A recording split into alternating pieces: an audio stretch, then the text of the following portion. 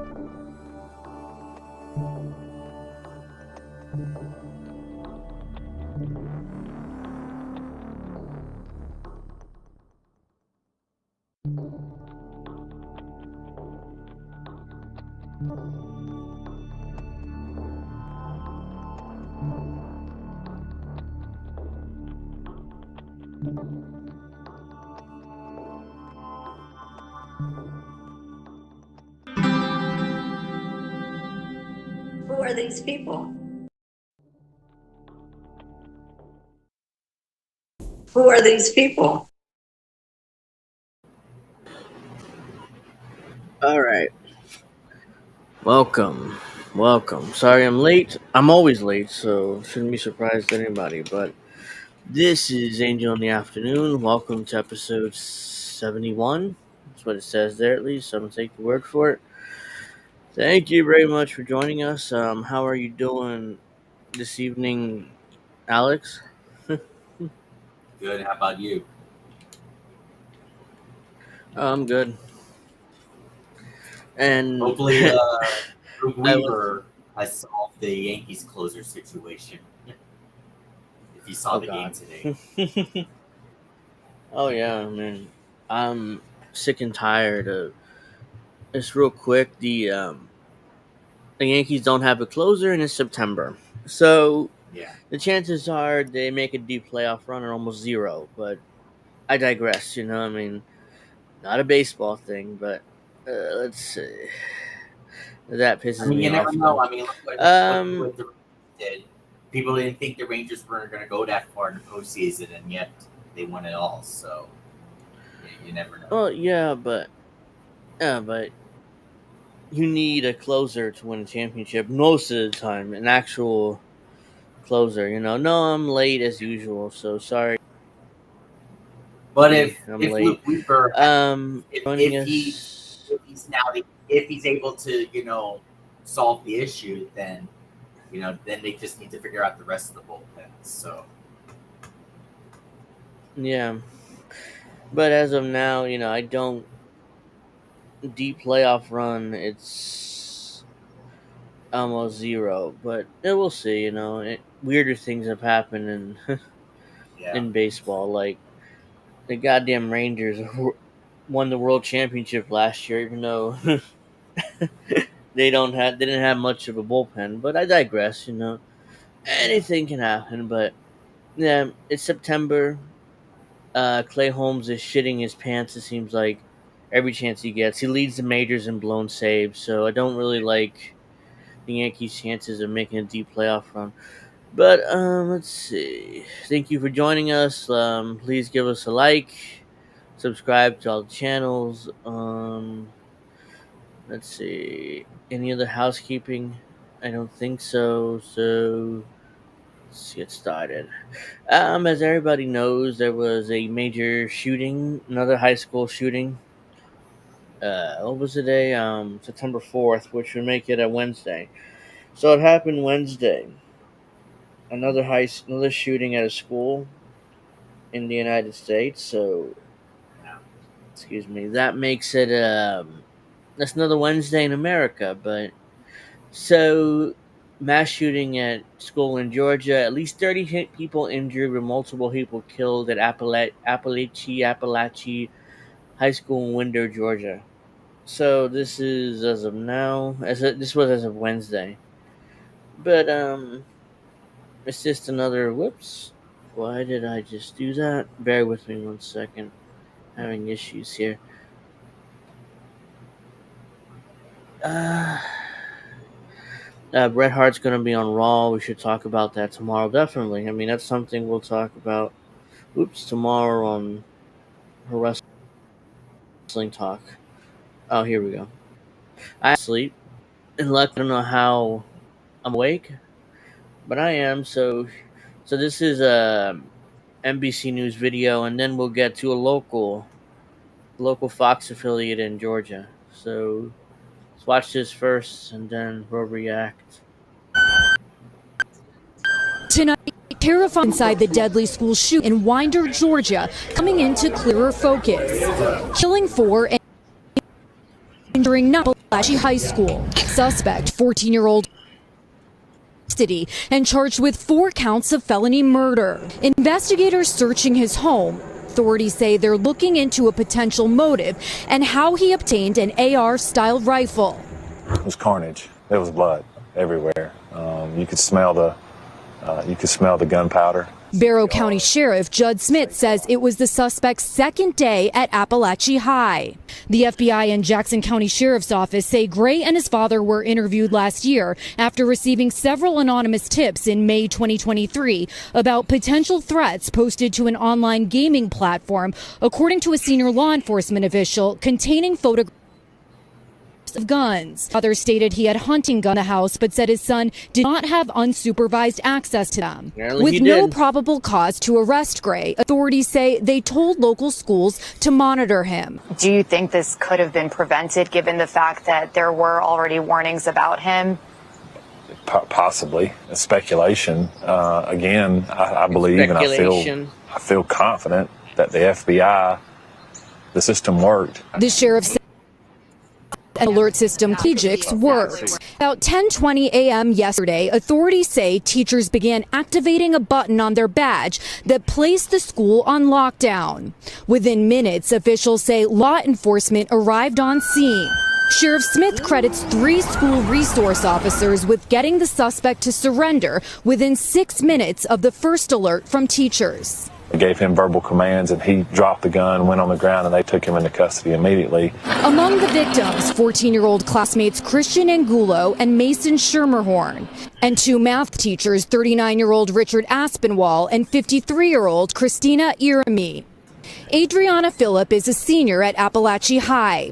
She says she was in class when she heard the gunshots. We ran to the back of the classroom and we all huddled behind the lab tables. And from where I was, I could see the door. So I watched it, but then after a little bit, I just closed my eyes. And so I was hugging the girl next to me.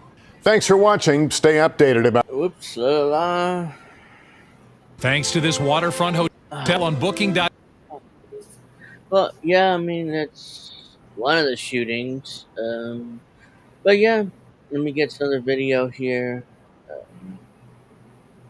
What the hell? Bear with me 1 second. I'm having... Go back. But yeah, you know, brutal shooting. It's another Wednesday in America, but what? Let's see. Go back here. Here. Jesus Christ. Sorry. It's just too... Alright. Yep. People... No, nobody cares except... Nobody cares. So this is a local affiliate in Atlanta. I don't know why. I gotta reload this. We're learning new details about the 9th grader charged in the killing. Gosh. Bear with me 1 second. It's kind of slow. Oh, Lord.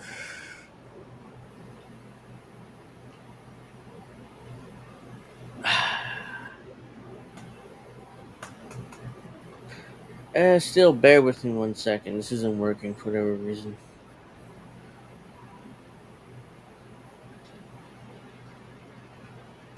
We're learning details about the 9th grader charged. Let's try this now.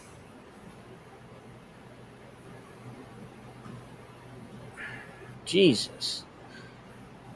Here we go. Finally. This is a local Atlanta affiliate of Fox. In the killing, Colt Gray. The Fox I-team has poured public records today trying to learn more about the accused teen. Late today, the I-team obtained a recording of a sheriff's office interview of Colt Gray and his father, recorded after the FBI received the tip last year to shoot up a school. Fox 5 reporter Johnny Edwards says a picture is emerging of a troubled family and, Johnny, some missed warning signs. Right, from what we're learning, Colt Gray's home life was fraught with problems.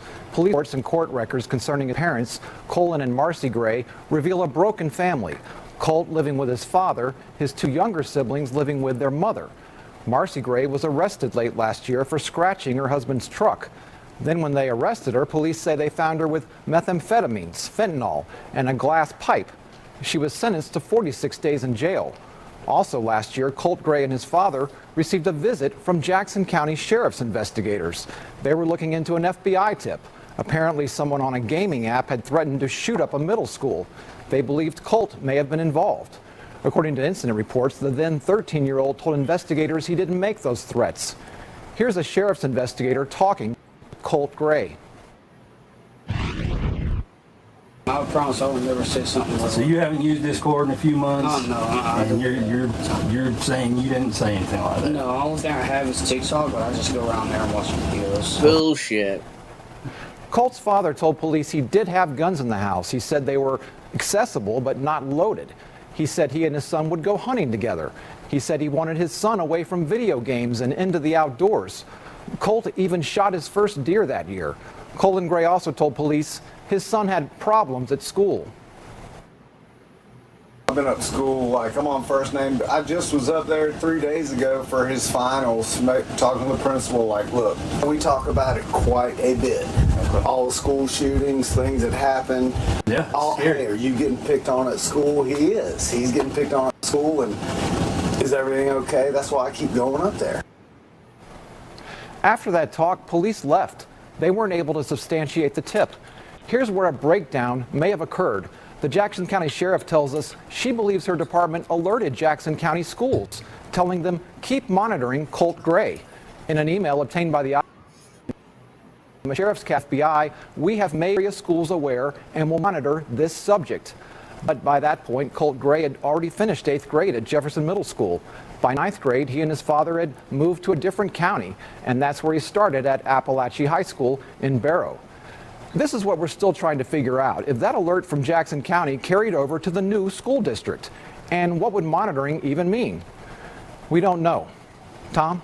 All right, Johnny. Well, 4 people were killed, over 30 people were wounded. Just another standard Wednesday in America, and nothing will change. And we have people we have liberals saying, well, we need to ban assault rifles. You have conservatives. It's the same old game that's being played on X. Well, and what I was going to say was conservative. Sorry, you can finish. Okay, conservatives saying, well, we need more mental health and et cetera, et cetera. It's the same game that's always been played, but nothing changes because neither side wants to actually do anything. Well, a couple Families things. who are- Couple things. One thing I can't stand is that, Democrats, they always outrage it's like Republicans when a school shooting happens, but yet when they have a chance to do something, to fix it, they never do it. Like Obama, after the Sandy Hook shooting, he was in tears. Oh yeah. Whether it was real or fake, whatever, but did he do anything about it? No, he didn't. Democrats don't do shit to fix it. And the other thing that I can't stand is, when these type of school shootings happen, and then, when we hear, somebody, plays video games or something, and they're gonna blame the violent video games all over again, Grand Theft Auto and all. Oh, of course. So, that's of course. We've been hearing that since the 90s. When Mortal Kombat first came out. I mean, immediately that was all of a sudden like, oh well, it's video games' fault. Look at that. But Mortal Kombat, it's just horrible. Meanwhile, there were movies coming out for decades, even before that, with brutal violence and stuff. But no, not movies. It's video games' fault. Yeah. I don't understand why. And still, why people they're fine with violent movies, but for video games, it's a different line. I never understand. I don't get that either. Yeah. Do they still have the ridiculous claim or vision that video games are only for kids? Do they still think that way, or what? I'm sure it is. I mean, video games older people think it's for kids. Meanwhile, most games these days are pretty adult-like. In fact, I'm going to start playing the RoboCop game, a new one that came out on these channels soon, probably next week. And those games are definitely not for children. So yeah, here's another reporting about teachers killed. These are specifically about the teachers. So. Families who are experiencing trauma here, and for especially the families of the victims who lost their lives in this shooting. Fox 5's Angelique Proctor is taking a closer look at who these people were, the 2 teachers and 2 students who were killed yesterday. Angelique. Courtney, so many people in this community are still in disbelief about what happened here. As they remember the victims, they're still asking that nagging question that hasn't been answered. Why? Their faces and stories will forever be etched in the Appalachia High School history. 2 teachers who, by most accounts, sacrificed their own lives while I would have never thought that this would happen so close to me, and that it would happen to people that I cared about. Math teacher and assistant football coach for the Appalachia Wildcats, Richard Aspinwall. The 39-year-old is being remembered as a loving husband and father. Wow. Coach Aspinwall was previously at Mountain High School in Gwinnett County, where he is also being remembered. I heard about, what happened yesterday, and it was very shocking to hear. Never would I have thought that, this happened so close to home, that one of the victims was my neighbor. Yeah, I'm just lost for words.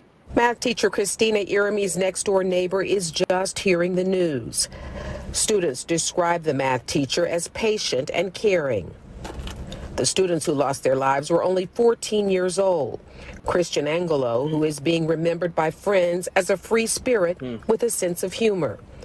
Mason Shimmerhorn's family shared this from his most recent birthday. His family says he was always positive and always looked at the bright side of things.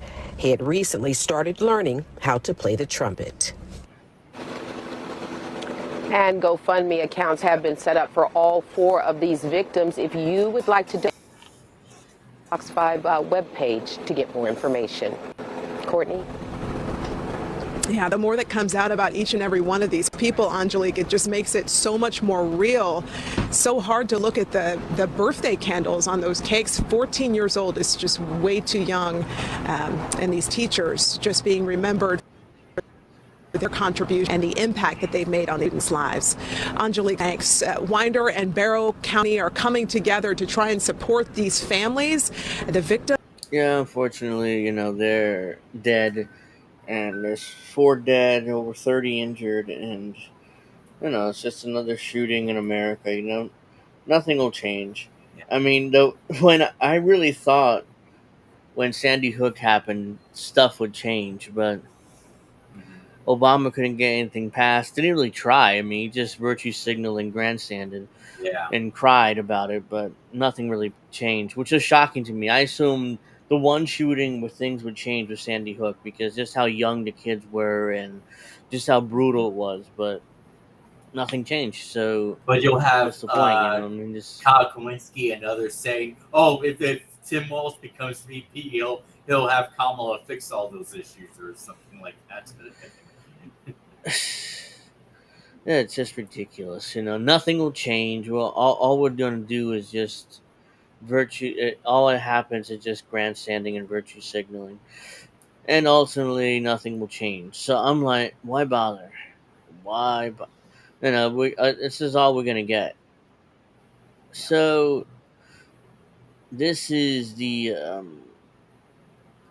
young man who was who did it. So let me show his picture. He's 14 as well. Colt Gray, charged with murdering 4 people, or deleting 4 people, let's say. Yeah, he looks like a girl. Yes. In fact, somebody said, was he transitioning? So, hearing the responses.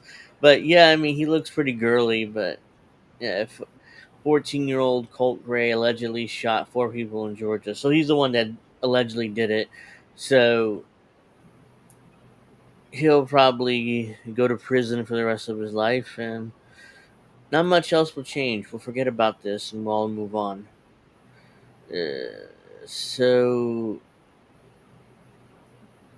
this, another one of his classmates.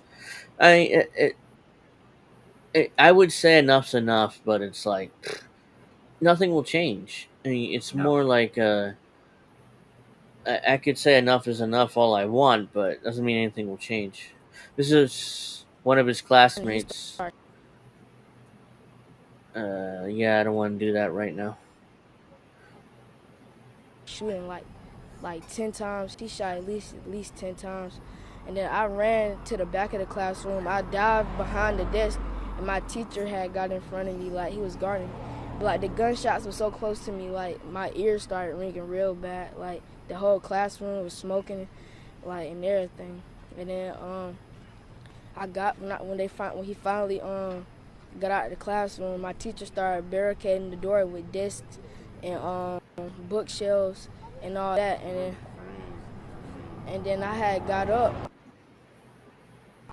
I had saw one of my classmates on the ground bleeding so bad, and then when I had moved myself to the other side of the room, because the bookshelf I was hiding behind, it was right in front of the door, so I had moved to the other side, to like this side with my friend. I was checking on my other friend because he got grazed in his leg. And then there was a white girl that was in front of me. She got shot in her leg and stuff. And then my other friend got shot in her stomach, and it was just so sad, stuff like that. Are you okay? Yes, ma'am. That's a lot to process. And you're so young. You're how old? I can't even hear what. That's so much to have. Is your computer volume all the way up? Yeah. How are you doing? I guess it's the mics are bad. Like, it just keep replaying back in my head. Yeah. So, yeah, the kid is, traumatized, obviously, and I'm not surprised that he is, but yeah, I mean, it's just brutality for the. Now we can debate why shootings happen, from SSRIs to other factors, I'm sure, but quite frankly, not much is going to change anyway. So let's see what else. So now let's move on to the Justice Department going after RT again. It's not the first time they've done this. So if Trump wins, we're getting Russiagate 3.0 all over again. Yeah. So I miss RT America. Oh yeah, I mean they after the first round of sanctions, they had to be taken off the air because I mean there's no way to fund them anymore, or at least legally. They were it was taken shut off down shortly after Russia invaded Ukraine. Yeah, once the invasion happened, they were pretty much taken off the air at that point through sanctions and stuff. According to the U.S. Department of Justice, Tenet Media, whose roster includes Benny Johnson, Tim Pool, Dave Rubin, has allegedly received over $10 million from the Russian government to publish content as part of a Russian influence operation. So, yeah, apparently now the Russians are funding right-wingers for reasons, I guess, because there's really no reason why they would fund right-wingers, because their government is... There's really no reason to do that. I mean, you would assume they'd be funding people on the left, not on the right, but... Alright, so... You're gonna ignore Israel, paying all the politicians, the money, from AIPAC, The U.S. Attorney's Office, let's see... The U.S. Attorney General smirks at RT trolling of CNN. So this RT. I have a question for Garland and Director Ray. Attorney General Garland, Russia today sent a statement to Fox News and some other outlets here, mocking the situation. They had 5 bullet points or 6 bullet points. The first said, ha, ha, ha, ha, ha, ha. 2016 wants its cliches back. In all seriousness, there is a subsection of the country that when they hear Russian interference, they may believe that it's not true, it's not a real thing. How do you assure people this is a real situation? Because it isn't. That was much funnier in the original Russian, but for us, it's not funny. This is deadly serious, and we are going to treat it. Yeah, it's not Why funny. were you smiling? It's deadly serious. Why were you smiling? Yeah, because RT is still brilliantly trolling, the United States for their insistence on more Russiagating, and it's real this time. Trust us, it's real this time. It's not like the last 2 times where we were just bullshitting you. This time it's real.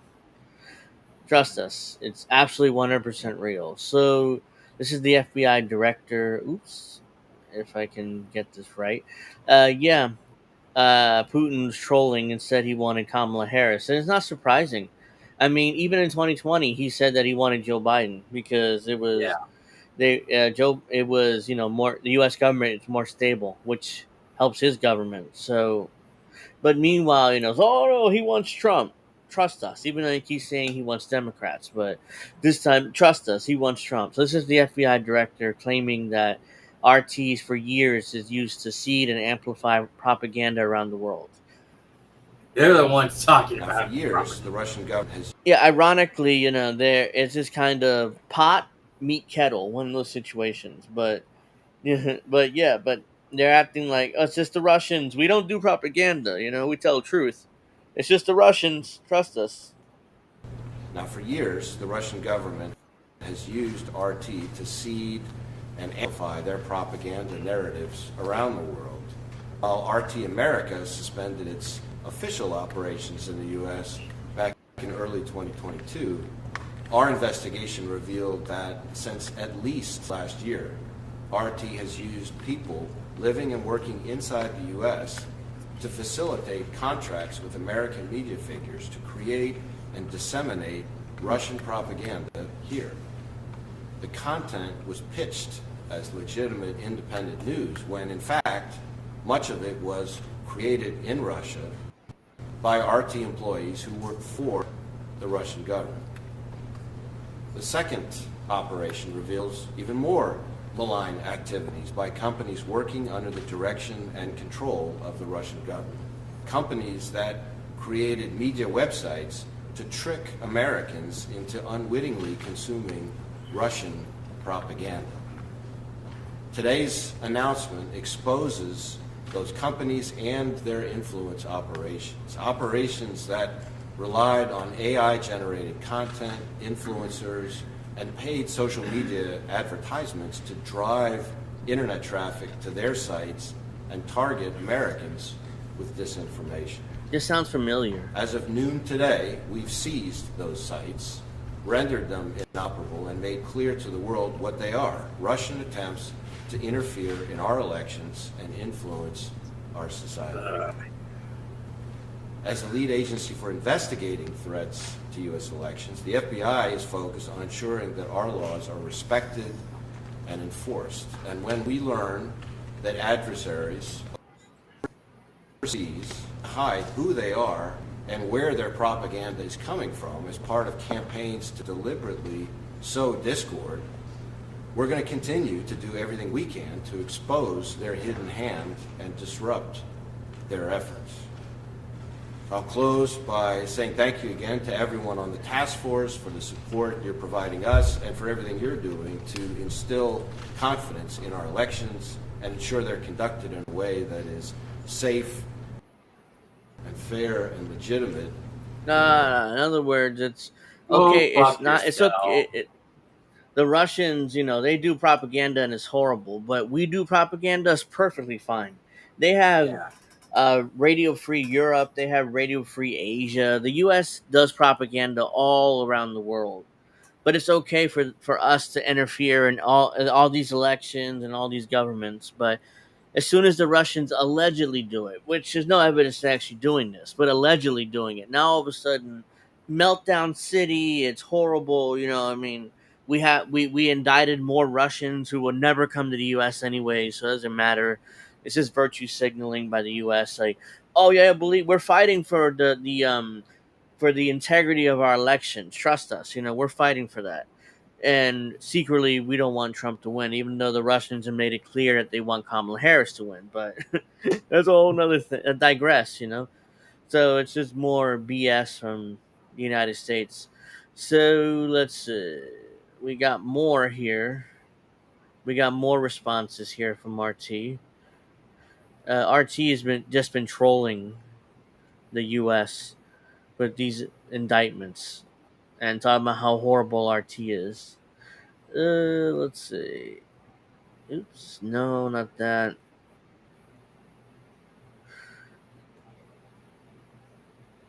So Putin. This is Putin trolling the U.S. So let me see. Oops, I fucked up. Yeah, hold on. No, not that. Oh, I'm already sharing my screen, and I'm wondering. So yeah, he's trolling the U.S. here. So that if we can name a favorite candidate, it used to be Joe Biden, but now he is not participating in the election campaign, and he recommended all his allies to support Ms. Harris. So that is what we are going to do. So it was, well, he said that we should, that is why we should also do that. Well, her laugh, she's laughing. Her laugh is so fascinating. It means that everything is good, and if everything is good,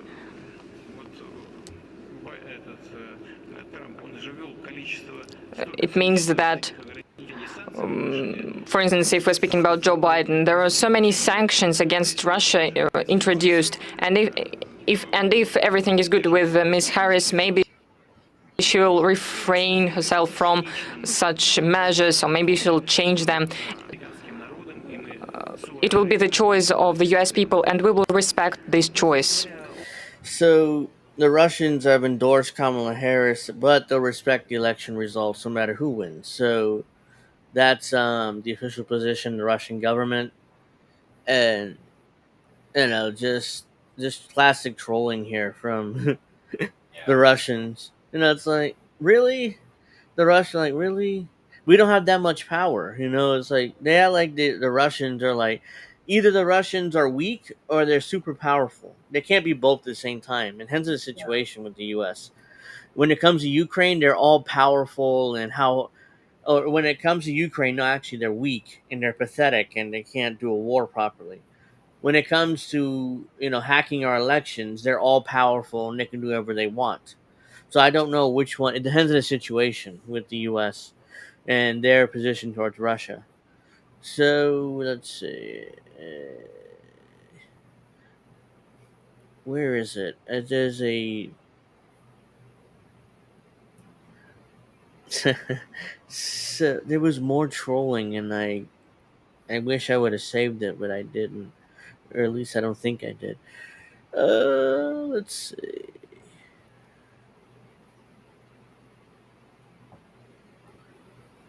Oh, this is pretty funny. So here we got more trolling here from the Russians. They put out memes like trolling. Let's see. People are free to interpret the tone of Putin remarks about his favorite candidate in the U.S. election as they wish. This from the Kremlin. So this is a meme they put out. Americans decoding Putin's statements be like, and they're Egyptologists kind of decoding what the Egyptians are saying.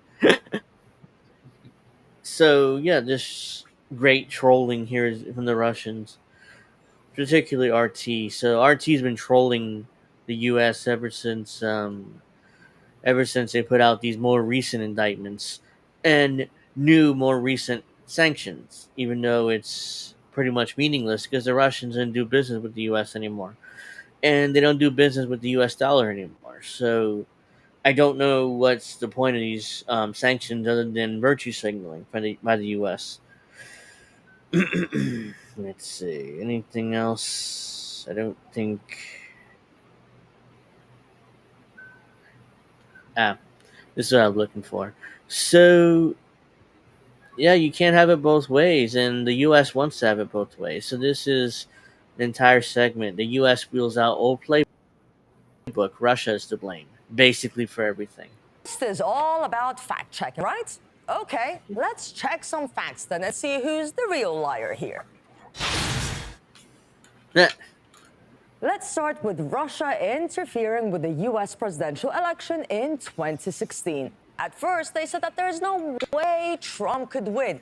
And when he did, they found a way to justify it. Massive interference in American elections. Personally was involved in this. Russia was Russia. in a covert Russian hack operation. These hacks have taken place by Russians. Of course. Russia's behind this in some form. Russian state actors broke into the DNC. A recurring theme, as you can see, since this year, they're also shaking in their boots, apparently. Well, back in 2017, the scandal was unraveling, and everywhere you looked, you saw pictures of Trump and Putin. The buildup was great, just like a Hollywood blockbuster. The Mueller investigation was supposed to expose all of Trump's links to Russia and all the ways in which Russia supposedly swayed the vote. It turned out to be very anticlimactic. Yeah. Our conclusion that there was to charge a broader conspiracy. Oops. If we had confidence that the president clearly did not commit a crime, we would have said so.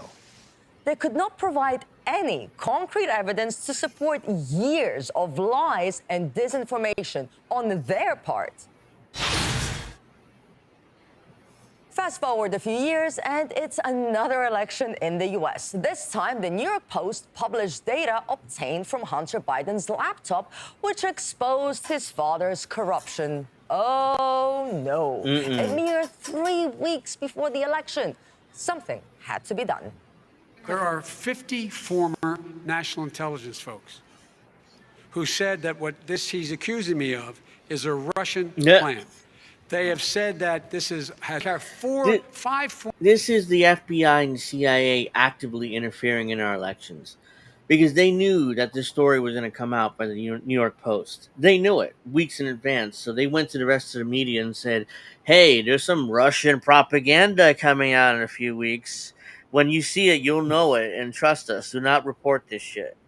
Not only did it not report it, but Twitter and Facebook and all the social media companies instantly blocked it as soon as you try to share it. You could not share this story anywhere in social media. So they actively interfered in our elections. But that's okay for the government to interfere. Because if this would have came out and was properly reported on, there's no way Joe Biden would have won this election. We all know that. And it turns out to be 100% true. And the government admitted to it later. It's, oh yeah, it turns out it's 100% true. Years after the election. It doesn't matter. Remember the CIA, both parties say what he said. Oh, go ahead. No. What you gonna say? So remember that interview Hunter Biden did a few years ago when he was asked, "What was it? Was it real or was it fake?" He's like, "I have no idea. You know, it could be fake, could be someone. You know, I don't know. I have no idea." the moron left his laptop in a taxi cab in New York, and that's how it got leaked. So it wasn't the Russians; it was him. He's the dumbass who left his laptop in a taxi in New York City. So it's his own fault why that thing was leaked. But here comes the FBI and the CIA. Like, no, it's Russians. The Russians did it. Don't report on this shit because we want Joe Biden to win. We don't want Trump getting a second term, which he would have gotten, if the election, was on the up and up. What he's saying is a bunch of garbage. Nobody believes it except his and his good friend Rudy Giuliani. What? You mean the laptop is now Rudy another Giuliani? Russia hoax? That's exactly what. Yes. That's exactly what. This is where he's going. The laptop is Russia, Gentlemen, Russia. I want to stay on the issue of race. You have to be kidding. Here we go again with Russia. Russia. They're all so obnoxious and so certain that it's a lie. You'd think that this was all said after a proper investigation, but no. Just opinions from so-called credible journalists who somehow think that they know it all. All the hallmarks of a Russian Russian disinformation. Russian disinformation campaign. This is a classic example of the right-wing media machine. Once again, over a year later, it turned out that it was all a lie. The Russian disinformation part, not the actual story, because the laptop was very, very real. And it was the mainstream media trying to shut down the real story. 18 months ago, two papers joined in the drive to suppress the Post's reporting off the laptop, playing up bogus, clearly partisan claims that it was somehow Russian disinformation. Never mind that we had not only authenticated the info and produced confirming sources like former Hunter business partner Tony Bobulinski, but also openly reported how we got it. Unlike both the other papers' endless anonymously sourced reporting on the Trump Russiagate scandal, which eventually proved to be utterly fake, the product of Clinton campaign disinformation. And where big tech gleefully promoted the Russiagate nonsense, it censored the Post's scoop. That's the tactic. If something awkward or inconvenient happens, just blame the Russians. By the time the world figures out the truth, no one will care. And of course, we'll be on to the next lie. The next Russia. What's the first thing we heard about The the next Nord Stream Russia pipeline lie. explosions? That Russia did it. It made no sense. No, it didn't. Totally defied logic. But that's what Western media was selling to the masses. Russia. In other words, the Russians built the pipeline, Nord Stream, and for no reason blew up their own pipeline. Why would they do that? Why would they do that? Give me one good reason why the Russians would blow up their own pipeline and cost themselves billions of dollars. There is no reason for it. Obviously, the U.S. did it, but, let's just blame the Russians for blowing up their own goddamn pipeline and cost themselves billions of dollars in profit. It makes no fucking sense. But yeah, they try to sell it to us, the U.S. media. Is most likely behind this. But it is likely that this is an act by Russia. The guy Aramati confronted. Assessment was They behind it. the Russians blew up their own pipeline. Like, who takes that seriously? I mean, who? If you know, if you even know like if anything, the U.S. destroyed the World Trade Center. yeah, it's like we blew up our. Oh, but yeah, I mean, we blew up our own shit for no reason. You know, I mean, that's what they're somehow the Russians did it. I guess to blame the U.S. to make the U.S. look bad on the world stage, but we've done so much worse. Our government's done so much worse the last 100 years, besides just blowing up a pipeline. So, yeah, but the Russians did it somehow to blame us and cost themselves billions of dollars in the process. Yeah, that makes no sense. But yeah, they try to sell it to us. Okay, once again, where is the proof? Because all signs were pointing elsewhere. But who cares, right? As long as Russian disinformation makes it to the headlines, that's enough to pull the wool over their eyes. While there is not yet evidence to say exactly who is responsible for the Nord Stream attack, there are, however, plenty of officials pointing at Russia.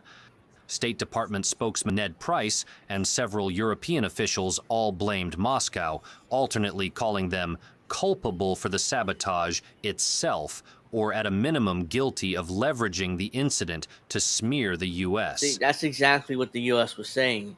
It's like, well, they did it to smear the U.S. Even though they were at the time, before the blow up of the pipeline, we had administration officials coming out and saying, well, if they invade Ukraine, then Nord Stream will cease to exist. And people are like, what does that mean? It's like, oh, it'll cease to exist. Just trust us. Then the pipeline blew up, and somehow Russia's at fault.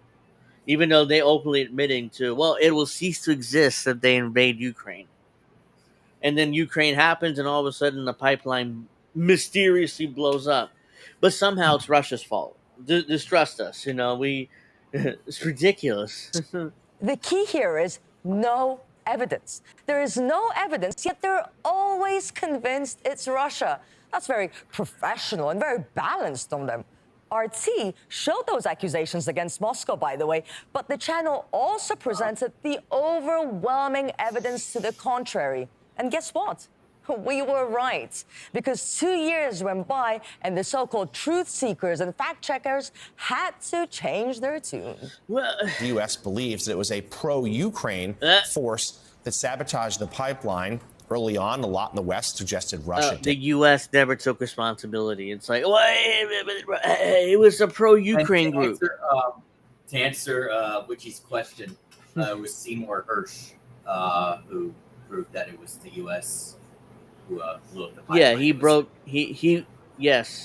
he broke the story, just like he broke the recently, and we covered this here on the show, where he broke the story that Obama and the Democrats threatened Biden 25th Amendment in order to drop out of the race, to force him out.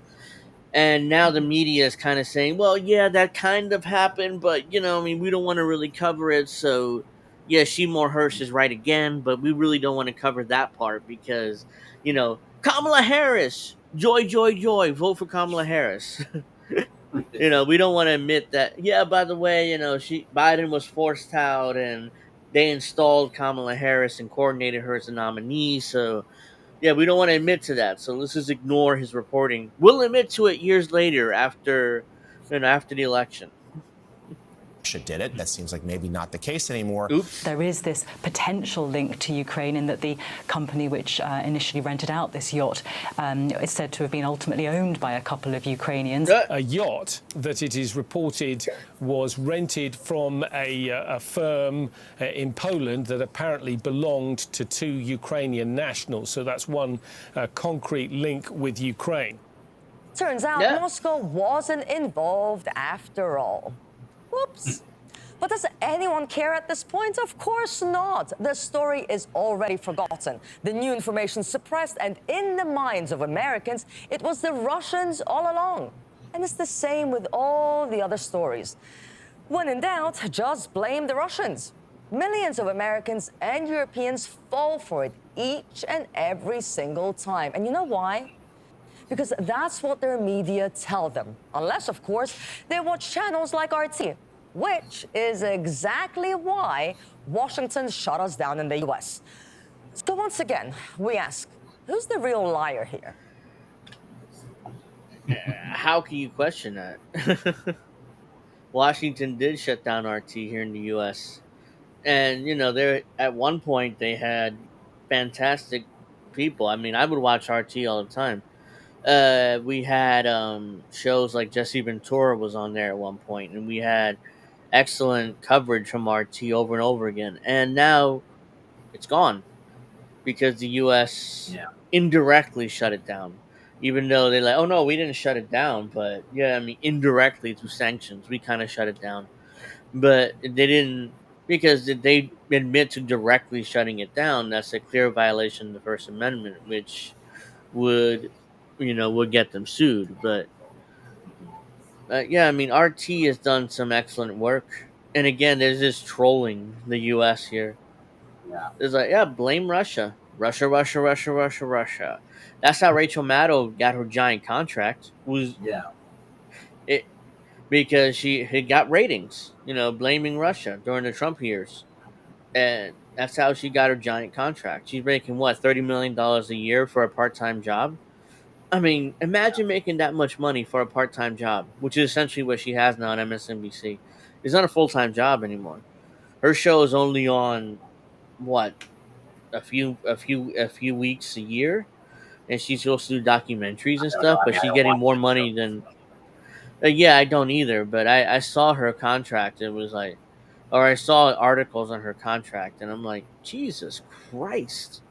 I mean, how does anybody get a part-time job like that? And it's a part-time job. It isn't like it's a full-time job. So here's sanctions against RT, another step towards freedom of speech destruction by the U.S. This is Это очередной шаг. Maria Zarakova, I believe that's how you pronounce it. So she's the Russian Foreign Ministry spokeswoman. Это очередной шаг на пути. This is another step towards segregation of the media by nationality, towards the destruction of freedom of speech both in the United States of America and the world as a whole by the instruments of the United States of America.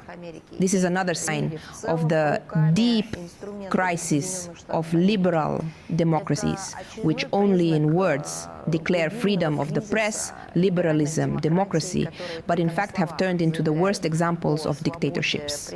I just wanted to ask, why are those American human rights activists silent? They are afraid. Behind the fear, there is also understanding. They are afraid because they understand that they will be treated the same way.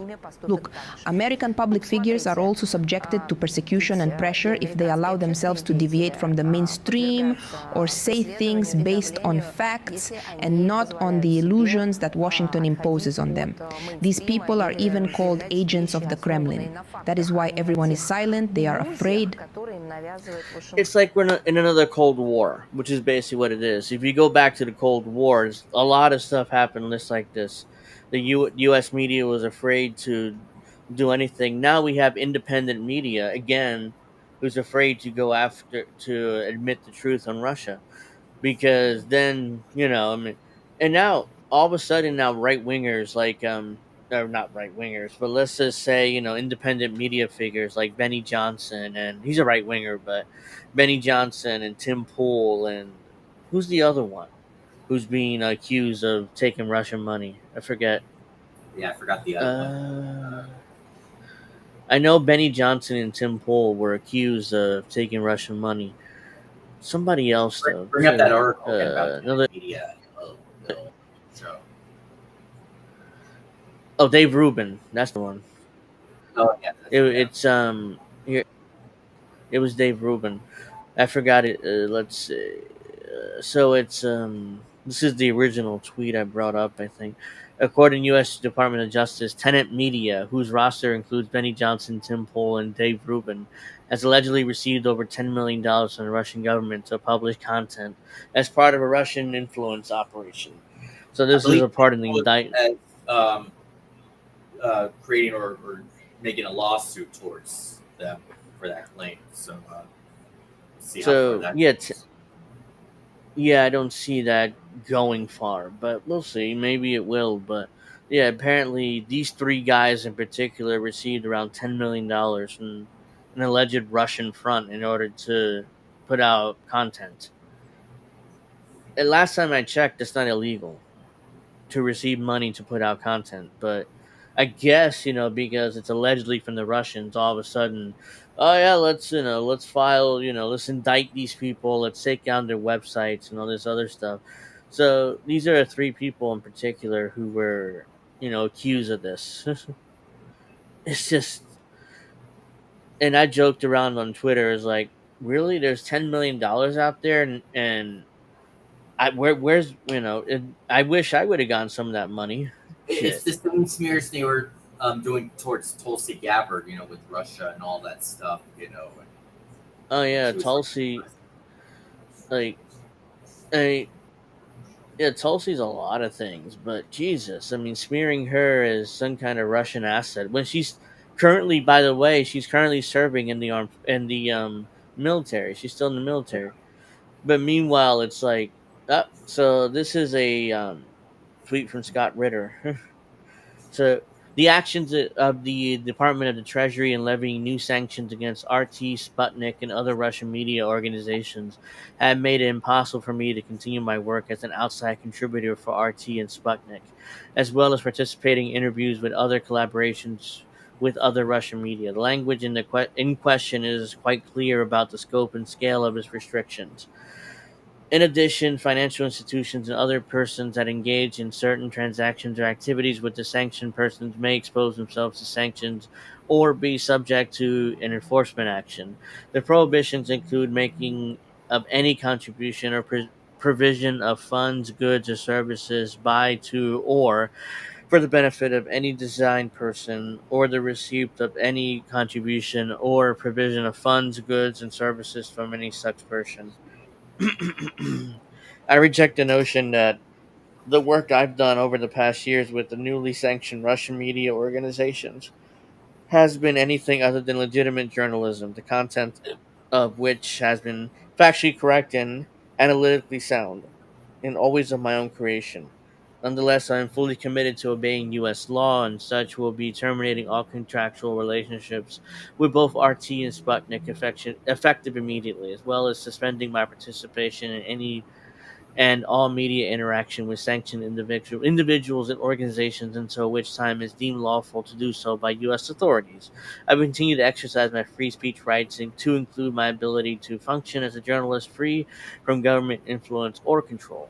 I am deeply grateful for the professionalism of all my Russian colleagues over the past several years and proud to have met their acquaintance. I regret the actions my government is silencing legitimate journalistic outlets and look forward to the day when freedom of speech and a free press is not constrained by a dubious Russian exception that is violative of constitutional norms and values. So basically, Scott Ritter had to, leave RT and Sputnik in order to comply with U.S. law. So, so yeah, so that's his long statement on Twitter. He's basically left RT and Sputnik over the U.S. Sanctions and stuff. This is it's like we're in another Cold War. Back in the Cold War days, same thing happened. We couldn't, we had to be anti-Russia, and we had to, you know, it's just absurd. So let's see. Unfortunately, it's gotten so bad that some Americans had to move to Russia in order to, like, Fiorella is a primary example of this. She lives in Moscow. Doesn't Tara Reid Or live there she lives as in well? she came back, but I don't know whether she's back in Russia or not. Oh, She that's right. might Yeah, be. that's She right. did come Yeah. back recently, yeah. So she was in Russia until very recently. But But Fiorella says, breaking, the Department of Justice charged RT employees for basically doing their jobs. They frame it as disinformation, but that is untrue. It's what any other media outlet in the U.S., from the Washington Post to The Intercept, CNN, and New York Times, they're calling news and ops propaganda to stop truth. So this is the Department of Justice. Two RT employees indicted for covertly funding and directing U.S. company that published thousands of videos and furtherance of Russian interests. So the U.S. Schemes its divulging of social media videos and platforms like any other media company operating in foreign countries or in the U.S. The issue is they don't like what they are saying, and people are starting to pay attention. So these are the people. Uh, these are the Russians that have been indicted to violate the Foreign Agents Registration Act and conspiracy to commit money laundering. The Department of Justice has charged two employees of RT in a $10 million scheme to create and distribute content to U.S. audiences with hidden Russian government messaging. The Justice Department will not tolerate attempts by authoritarian regimes to exploit our country's free exchange of ideas in order to covertly further its own propaganda efforts, and our investigation into this matter remains ongoing. So, yeah, we will not let another country use our First Amendment rights in order to put their ideas out there. It's like it's such a violation of the First Amendment, but because it's Russia, I guess it's okay for them to violate First Amendment rights. So now posting on socials is not okay if you have a different opinion. I recently said the U.S. was not UK yet, but it looks like they're in competition for first place in fascism. So this is the actual filing, the complaint. The United States of America versus these two Russian RT employees. So I'm not gonna. So this is the link to the indictment. I'm not gonna go through that, but yeah, what I mean. Russians are evil by definition. Remember that. Remember that, guys. Don't forget that. Oops. No. Bear with me 1 second here. So yeah, it's gotten so bad that Americans have had to move to Russia in order to continue doing what they've been doing, covering the news. Jesus, this is just psychotic what the U.S. has been doing. And then, so let's what else? And I want to mention Kyle Kowinski's and Vanguard's recent tweets, or you're gonna have to. Yeah, I mean, I know I'm gonna have to because it's just so beyond absurd. Tweeting. So, yeah, we had as usual, we have I just don't know. It's so bad, man. I mean, these they're especially. I love this meme. Where is it? I knew I saved it. The one with him and Keith Olbermann, that one. Yeah, that one. That one is just perfectly like you realize how he's turned into like Keith Olbermann with his more recent meltdowns. Mm-hmm. This is perfectly describes him like, what have I become? And he's looking in the mirror like he's Keith Olbermann, which he is. I mean, his meltdowns, his Trump derangement syndrome and meltdowns are just like unbelievable. This is the tweet which was initially responded to with that meme. I told you independent media was a fucking cesspool. Not only a bunch of virtue signaling grifters, but also colossal sellouts and useful idiots pretending that they have better morals and ethics than corporate media. They don't, they're frauds. Are you sure you're not talking about yourself, Kyle? Yeah, that's what I was gonna say. Because I pointed out, hello pot, meet kettle. There should be a response I posted underneath as well, somewhere. clip from the Vanguard, like I showed you a few weeks ago. Oh yeah, that there one. it is. There it is. Yeah, this is the one that you posted and we covered a few weeks ago, but or 2 weeks ago, 3 weeks ago. Yeah, but this video is the independent media is fucked, which I have not watched, but yeah, he's referring to Bill You O'Reilly can and go Stephen to A. Smith. Dirtback Left Once account or whatever the name is. He posts all the clips from Kyle Kowinski. Yeah, and he's referring to Bill O'Reilly and Stephen A. Smith. They did a show or they did an appearance together. And first of all, I'm shocked Bill O'Reilly's still alive, but he's doing his own thing now on YouTube. Which, okay, I don't really care, but Kyle seems like he's obsessed with Bill O'Reilly lately. He's covering him a lot, like it's 2014 or something. But it's just absurd. So, yeah, I mean, let me see if I can find. Yeah, I mean, he's done some great work. Dirtbag Left, and covering Kyle's falling apart here. Oh yeah, and also at some point later on, we should cover Sam Cedar and Emma Vigeland defending "You Got to Vote for Harris." She'd be 1% better on Palestine than those two are just.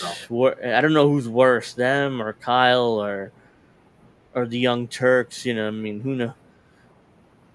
Any thoughts on the newly revealed Bernie to Dick Cheney pipeline? So, duopoly brain Kyle Kulinski claims Jimmy Dore is part of a Bernie to Trump pipeline because he critiques the party who claims to share his beliefs and are full of shit more than the party that doesn't. When you view it as a uniparty or duopoly, this is completely idiotic.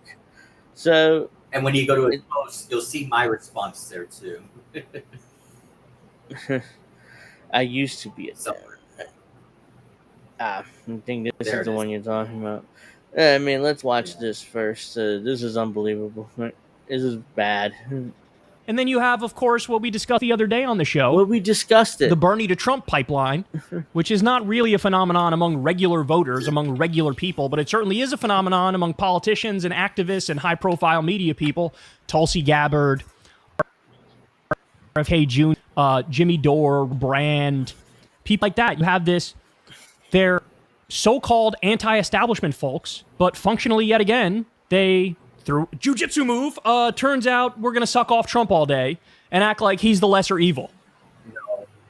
And then you have... who thought that Trump was the lesser evil? Kyle Kulinski. Back in 2019. He thoued Trump was lesser evil. In 2016, he thought Hillary was the lesser evil. He didn't vote for her, but I remember him saying Hillary was the lesser evil. Yeah, so this is the segment Jimmy Dore did. Dore come to mind. Then, of course, you have some high-profile media. Why would Kyle Kulinski bring up Jimmy Dore? Like, to me, that's the last person you should bring up because that gives an excuse to Jimmy Dore to make videos on him again and destroy him again. Like, why bring him up?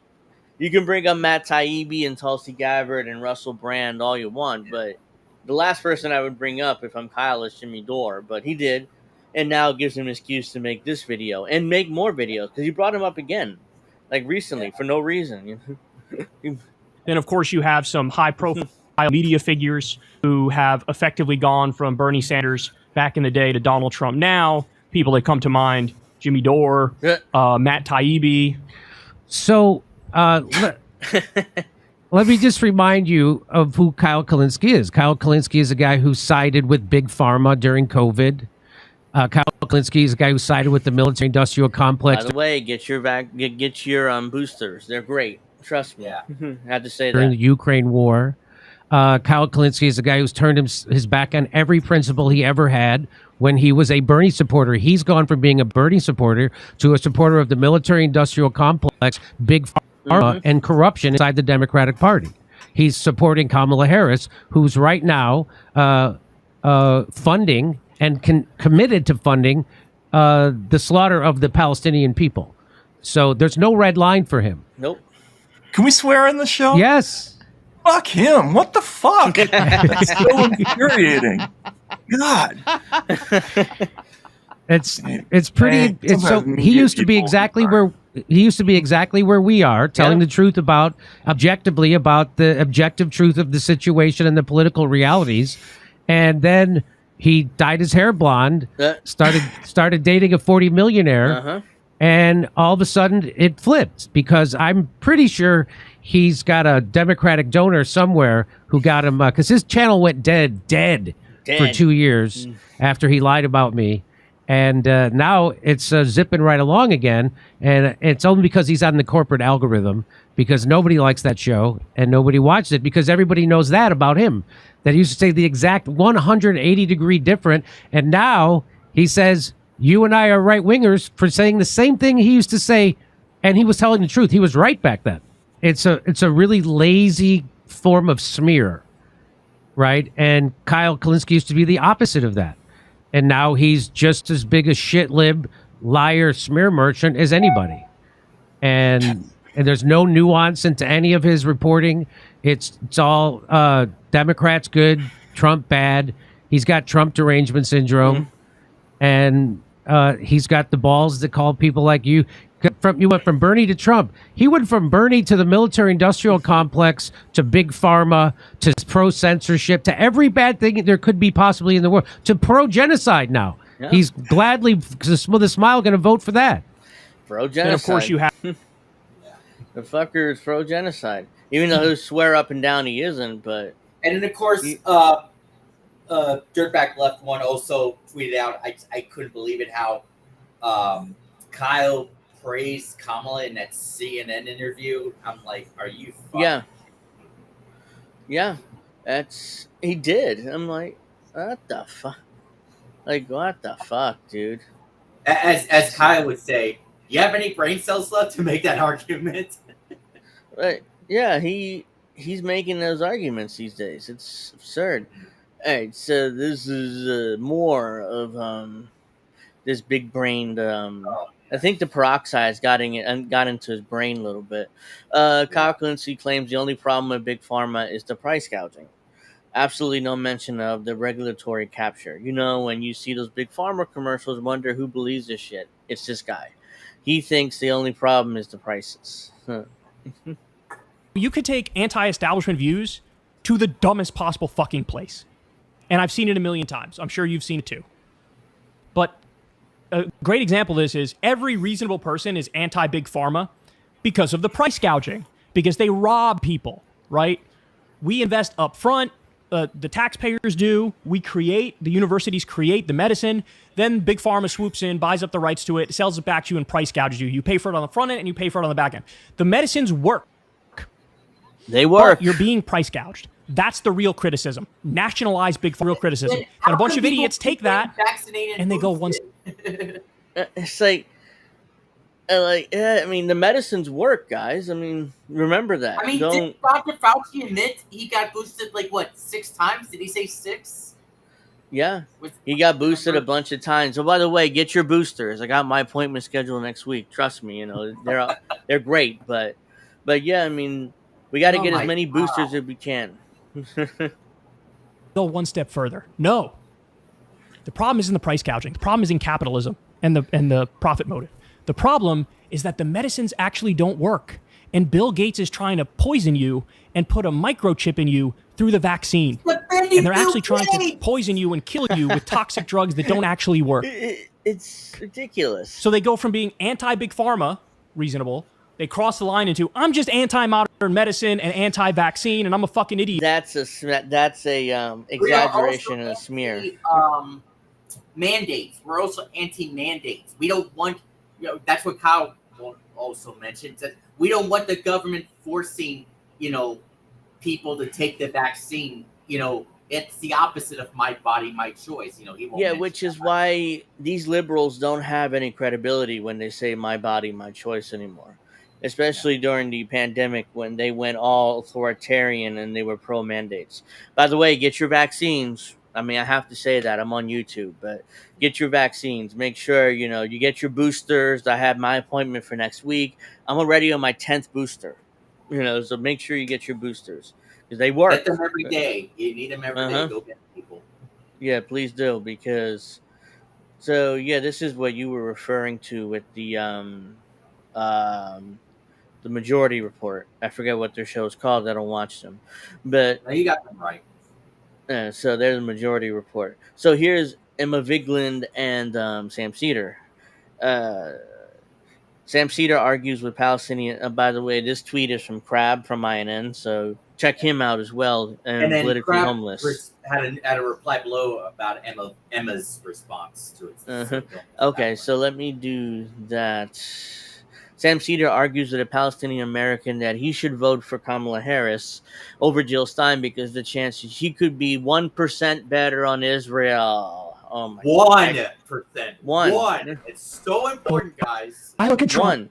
Yeah, 1%, not 100%, 1%. The possibility that Kamala's better on Israel, even though she isn't, because her national security advisor and her campaign made it clear they're going to continue funding Israel once he's elected, if she's elected.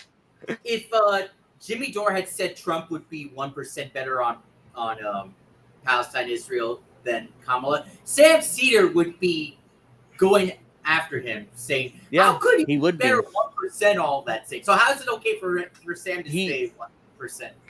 He has Jimmy Dore derangement syndrome more than anybody in this space. I mean, he's like hated Jimmy. That Matt Orfalef video, Jimmy. Jimmy.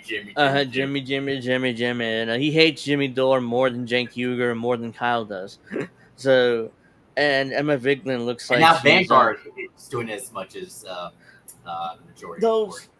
I called him Kyle Kalinski's henchman because every time somebody attacks Kyle, they of course come out in a video defending him. So I called him Kyle Kalinski's henchman, but those guys they're completely embarrassed that they built their audience off of Jimmy Dore. You can tell because every chance they get, they attack Jimmy Dore because they built their audience off Jimmy Dore. It's like me, if I had a Jimmy Dore on or somebody like that on this show, then I'm embarrassed that I built my audience off of him. I'm like, if it wasn't for Jimmy, I wouldn't have even half the audience that I have right now. So I'm grateful. But those fuckers are embarrassed. They attack him every chance they get in the most ridiculous ways possible. Before you move any further, I just want to say, I believe the reason why Vanguard stopped liking Jimmy is because, a couple years ago when Vanguard did that interview or chat with Ryan Grimm, Jimmy had a slight small critique, just very minor. I don't remember what it was, but he was mentioning in the chat. And then Vanguard, it wasn't even a huge deal. It was just a slight critique. And then Vanguard made a response to it. Jimmy's about it. They didn't like it. And then it's like ever since they're now after Jimmy. So it's just so petty. It's like Jimmy criticized them a tiny bit and they melt down and they've hated him ever since. It's like, dude, get over yourselves. If it wasn't for Jimmy, you wouldn't have an audience. Hell, the first time I heard of these guys were through Jimmy Dore because he went on their show. I was like, okay, I'll check them out. And I'm like, these two are just nerds. Like, why would Jimmy even take the time to even go on their show? But whatever. But I never took him seriously, even when they liked Jimmy. So it's like, Sam Cedar argues that okay, I already read that. So let's watch this. And I look at Trump and I look at Harris. One of them is going to be president. That's just simply a fact. Jill Stein has no better chance of being president than I do. And someone can say, well, if you guys supported Jill Stein, I might be president. I mean, it's just not going to happen. And so Emma Vigeland she look at her. She's like, she's having like, why the hell am I here? Like, I don't want to be next to Sam Cedar. Look at her face. She's like, I don't want to be here. Like, what the fuck? I should have. It's like, really, look at her face. Like, she's reevaluating her life choices. Like, she's not happy to be there. The point is that is there a 1% chance that Harris is better than Trump on Israel? And if I'm going to vote, that's what I'm going to vote for. Is one vote ain't make a damn ass difference, but teeny. But it's going to, it's the exercise. One arrow that you have in your quiver of political power. And that's what a vote is.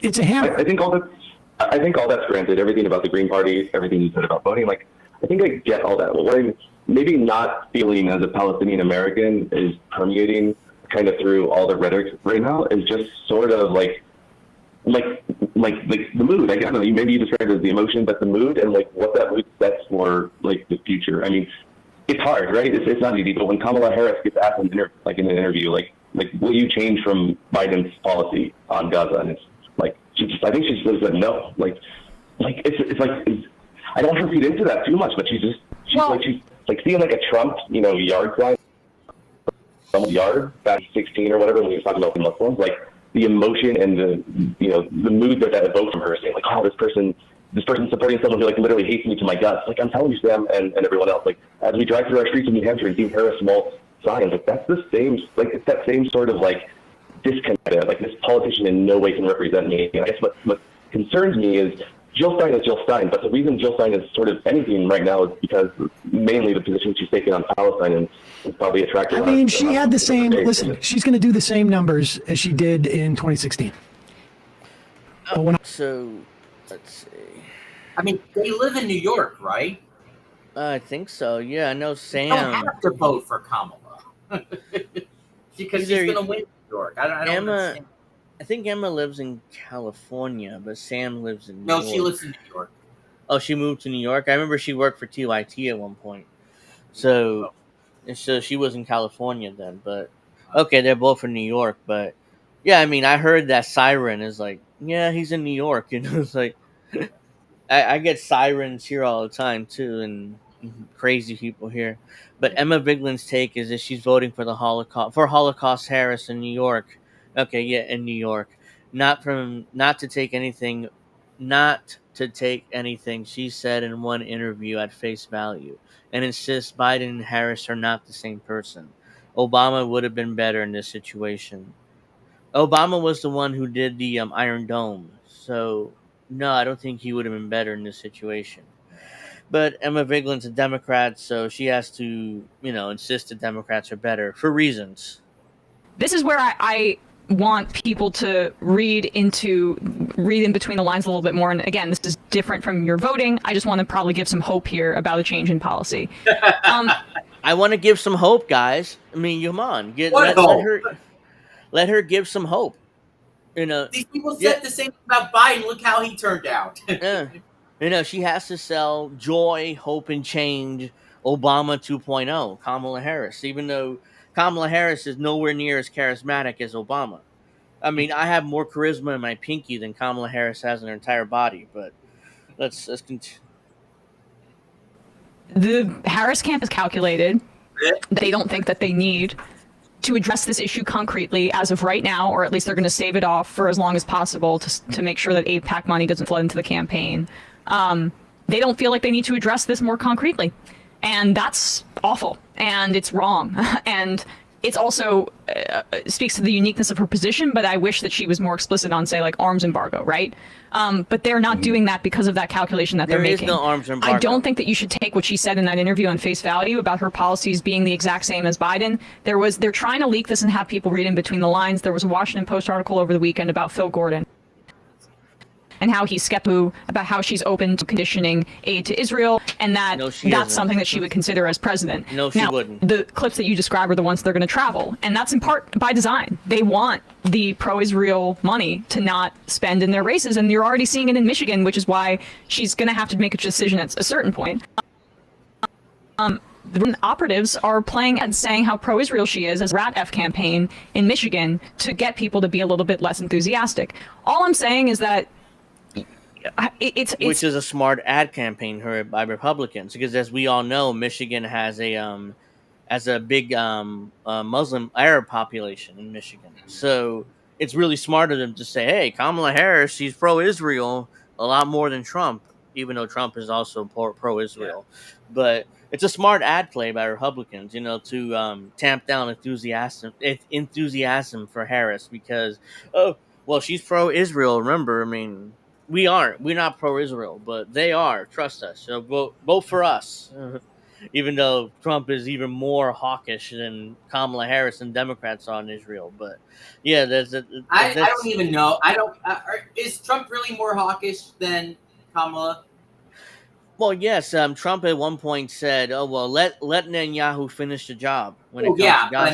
I mean, like, oh, okay, maybe the Israel part, yeah. But I mean, like, overall, I don't think so. Well, if you're talking about war in general, I mean, yeah, he did do the he did kill Soleimani. He Oh did yeah, when he yeah, was yeah. president. I'm So not saying he's a. I'm not saying he's a beast. I wasn't saying that. right, but yeah, I mean, we talked about that last week when Steph Yeah. was here. But yeah, I mean, is Trump more hawkish than Kamala Harris in general? Look, the Democrats are more hawkish now than Republicans are. Yeah. Look at them. They're openly like talking about continuing the Israel thing, funding them. They're funding Ukraine. I mean, I didn't cover it this week, but they gave another Democrats gave another 200 million to Ukraine for more missiles, and they're talking about openly attacking Russia directly. Like again, who thinks is a good idea to have Ukraine to attack Russia on their territory? Who thinks it's a good idea? Nobody. Why would Ukraine even do that? Because that gives an excuse to Putin just to wipe Ukraine off the map and take it over. Yeah, that's all he needs. You're now directly attacking him in his territory. So it's like, okay, now we have to respond naturally. I mean, it's just ridiculous. What's the end game? Just have Ukraine just die, just kill, delete, whatever, every single person in Ukraine, so Putin takes it over. I don't understand what's the end game here when it comes to Ukraine. But let's finish this. It's really, really frustrating to see her repeat the Biden administration line, but we have to remember it's not her administration, it's not her staff. She's essentially a ceremonial piece. Oh no, it's not her administration. Even though she's trying to take credit for all the good Biden did, but it's not her administration, guys. When it comes to the bad things that Biden did is not her administration. The good things Biden did, Kamala Harris gets to take credit for it. That's how this works. Don't worry, guys. We can see you in the chats. We can see you. Don't worry. Yes, we can see you on Kick. So, oh, by the way, make sure you give us a like and subscribe. So if you haven't already. For them, Biden and Harris, it's frustrating, and they're not the same person. Obama would have been better in this situation. No, he wouldn't All we're have. looking for, I think, in terms of improvement, are that level of kind of just more competence. And no matter what I say, again, this is not about your vote, because I can't empathize. I can empathize. I can't understand the position that you're in. But just to give you a sense, is I do think this concretely, that she doesn't have these ideological predispositions, and that should give activists hope that we can move her in a way that, for the first time in my life, I was considering voting third party in New York State. I've never done that. For the first time in my life, that's how disgusted I was with Biden. But I don't feel that way about Harris. And it's not just wish casting. It's based on concretely his history. It's wish casting. It's What wish a casting. dumb bitch. It's wish and casting. also, That's what she's even, doing. Even I am Blakely, she's getting Trump derangement syndrome now, and she went on that rant towards why I don't like Jill Stein and all that stuff. It kind of sounds like she hasn't said it, but I wouldn't be surprised if she ends up voting for Kamala, because all the stuff I said. Like all these people, they're pro. It's a fear. It's an irrational fear, not only of Trump, but more importantly, they want to continue being in their social circles. So everybody in their social circles are anti-Trump. So humans are very conditioned to be in groups and to be friends with people. So if everybody in the group are anti-Trump, they're going to be anti-Trump too, and ridiculously over the top in order to stay in their social circles. Now, if you bring back those tweets from Crab, can you pull up? I had some responses. Go to the original tweet first. Hold on. I kind of hold on. Give me a minute. I'll get back to it. Yeah. RFK Jr. said he wanted to flood Gaza and he endorsed Trump. Yeah, I mean, RFK Jr. is full of crap, but Here's the original. So first, I tweeted it in a response, and then I did a retweet post about it. So it should be there. It is. There's Yeah. Yeah, I mean it's just and then, too much. And then if you go to the retweet, view the quotes, you'll see my response to it too. Hold on. You're right there. You're right there. No. The middle one. You know where it says 409. Click it, and then view posts. Why am I missing it? I mean, you're telling me, but you just clicked on it. You just clicked on it. For where it says 409. That one, yeah. Oh. And then you quotes, yeah. You'll see my response there too. So sure. This is a classic case of who you prefer. Joe Parrott. That one. Yeah, I can't. There's a lot of quote tweets here. Should show up. Snow Himbo responded to. Yeah. How exactly would she become 1% better when she literally stated zero policy change on directly funding a genocide? Blackout Network. Oh, this is a good one. Yeah. Keep scrolling. Should come up. I got time. There it is. There. Hey, Sam Cedar and Emma Vigeland, you two know what you're saying is a bunch of bullshit. Biden and Harris are continuing to send weapons to Israel. Both have taken millions of dollars from AIPAC, and everybody knows that Kamala won't get a ceasefire done, despite saying she will. Also, seriously, 1% better than Trump. How the fuck is that a helpful argument? You guys are the biggest pieces of shit ever. And I think it's accurate. I mean, come on. Get a load of these two. They're Democrats. Their job is to sell us the Democratic Party, and they're not really doing a good job of it. But also, just one more thing to the tweet she showed Emma's response. I had a response to that too. You know,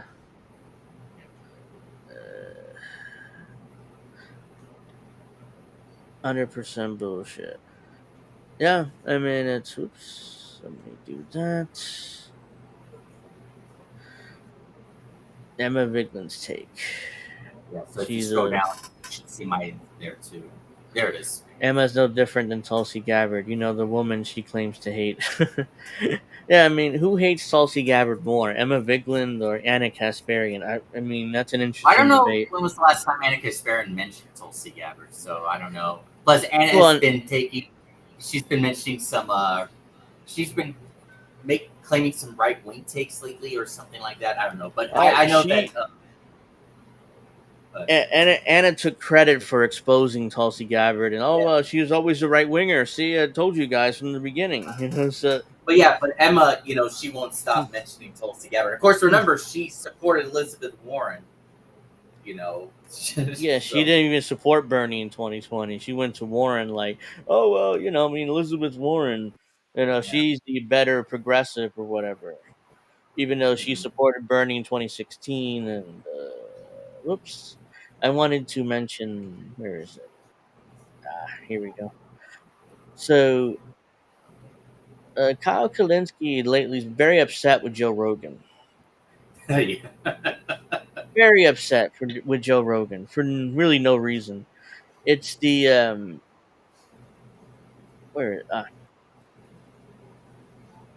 here we go. It's that one video where he says independent media is fucked. I mean, for whatever, you know, even though he's a part of independent media, but he's pretending, you know, he's something different lately. Kyle Kalinske breaks up with Joe Rogan because at the end of the day, he's effectively helping Trump in the right wing. I'm not a Joe Rogan. How? This is sloppily brain DNC show reason for attacking him. I don't know how Joe Rogan is not. Kyle Kalinske used to be a lot smarter than this. He used to be, not anymore. I mean, I responded there, but I'm going to let this play first, and then I'll show my response. Then you have, you know, the podcast landscape, the somewhat comedy-oriented, but also political-oriented. You got the Joe Rogans, you got the PBD podcast, you got the Trigonometry podcast and stuff like that. And look, you got to call a spade a spade. A lot of these outlets sort of portray themselves as no, we're just reasonable people having reasonable conversations. And we're like centristy and stuff, bro. We're not like ideologues, bro. But at the end of the day, centrists or moderates, but they just end up effectively helping Trump and the right wing. Which is bad. You can't help Trump or the right wing, or at least you can't. Kyle Kalinske cannot perceive you to be helping the right wing or else then, this is what happens. So this is what I respond. Kyle Kalinske is breaking from Joe Rogan for the same reason TYT did. Because he won't have them on his podcast anymore. Kyle's not been on his podcast for like 2 or 3 years. Yeah. So my guess that he won't have him on anymore, and I don't blame him, quite frankly, if you see how shit-lib Kyle's turned lately. If Rogan was willing to have Kalinske on his podcast again, there's no way he would be criticizing him in this way. No, he wouldn't be. Because in the past, he defended Joe Rogan over and over again. This like a year or two ago. Now he's doing this shit. Nico House says facts, and I haven't heard Rogan is opposed to having him on. Well, I mean, he hasn't been on in like 2 or 3 years, so because if Rogan wanted him on, he would be on, and Kyle would gladly run over and go to Texas and be on the show like he's done 3 times at least, or 2 or 3 times. So yeah, I'm sure if Joe Rogan called up Kyle today, he's like, "Hey, you want to come on the show?" Oh, hell yeah! Can I take the next flight to Texas? I think he lives in Austin, but yeah, I mean, it's beyond ridiculous. Now he's turned on Rogan. He's now hates Jimmy Dore, which is not surprising. Matt Taibbi, and he also complains about Alex Jones in this clip. So, oh my god!